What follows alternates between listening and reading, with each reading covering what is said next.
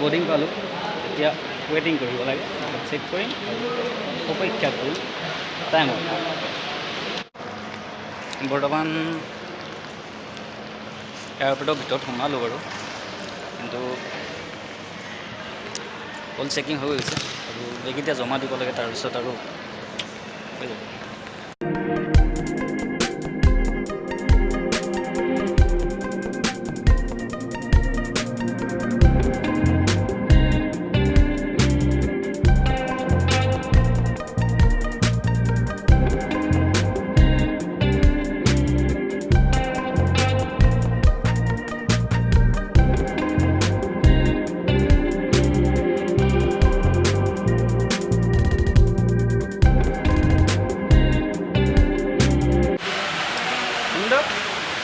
ভিতৰটো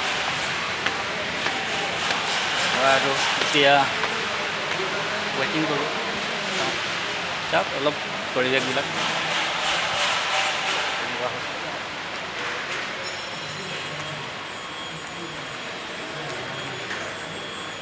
টাইম হৈছে 2:10।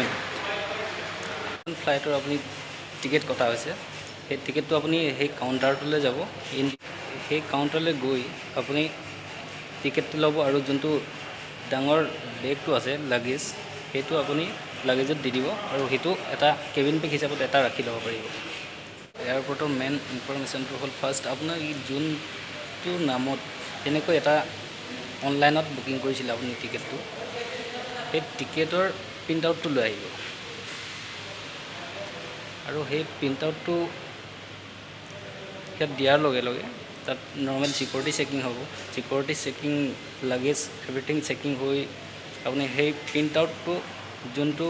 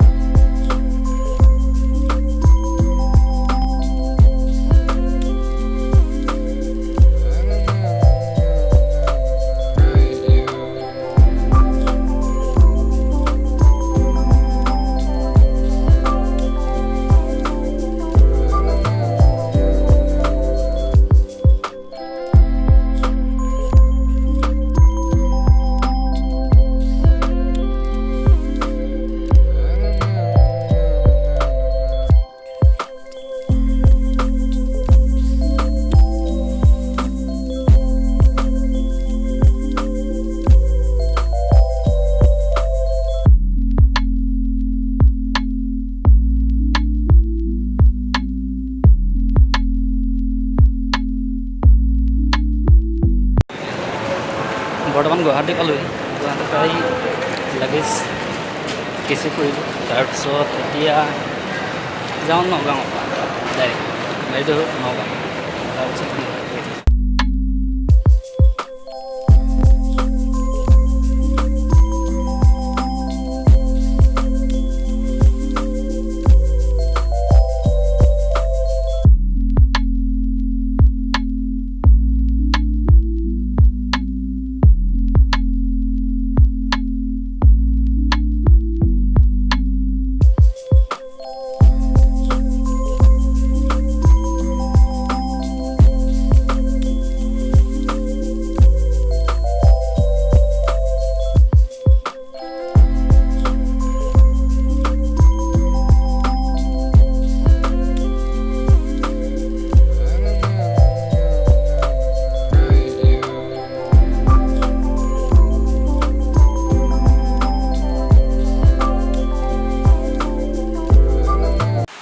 ভিডিঅ'টো চাই কেনে পালে জনাব, লাইক কৰিব, কমেণ্ট কৰিব আৰু চেনেলটো ছাবস্ক্ৰাইব কৰিবলৈ একেবাৰে নাপাহৰিব।